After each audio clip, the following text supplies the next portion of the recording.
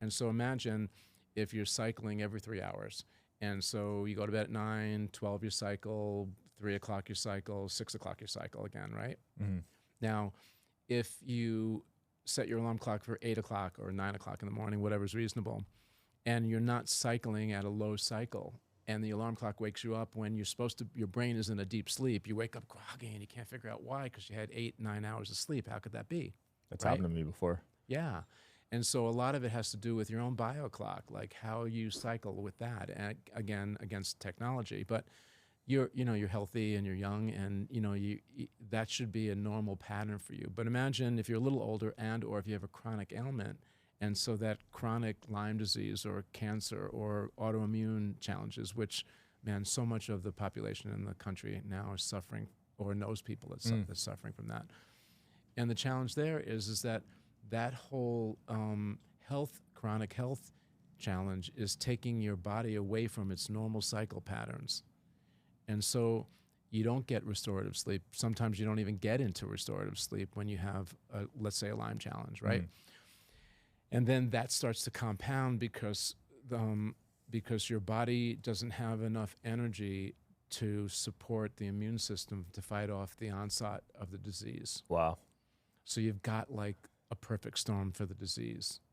So when I talk to people, young, old, or whatever, and we start to coach them on managing their health challenges, I look to cover the bases and say, okay, what kind of water are you drinking? Tell me about your lifestyle. Tell me about the kind of food proclivities you have. And then let's talk about your sleeping patterns and how active you are.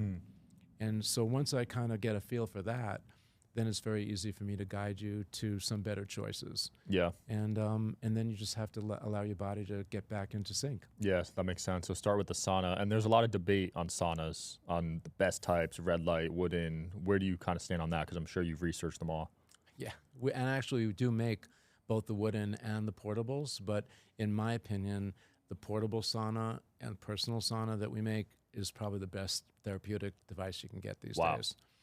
I can do a lot more with it. First off, our portable version, you have your head out. Now, your brain, like we said about sleep, your brain cells are much more sensitive to heat than your body is. That's why when you want to sleep at night, you want the room to be cool because your brain wants to cool down. Right. Then you can get into that phase. But now let's reverse it. If you have a chronic challenge, and generally it's microbial, like meaning an imbalance in parasites or mold or microorganisms in general, they have their own life cycle. They don't love heat and they don't love oxygen. They're generally what's called anaerobic. They live on very, very low oxygen. So if I can do something to rebalance and reset your internal environment, I'd look to bring more oxygen into your blood. And I'd look to also kind of create that energetic expression, like we said, about touching the earth and all that, that works against what these organisms like.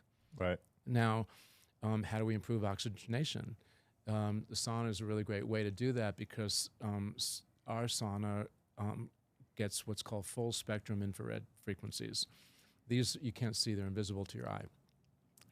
And there are basically 3 different kinds of sauna formats. One would be the dry type, like a Swedish type sauna. That's usually 200 degrees. A steam room is another kind. And then there's the infrared category.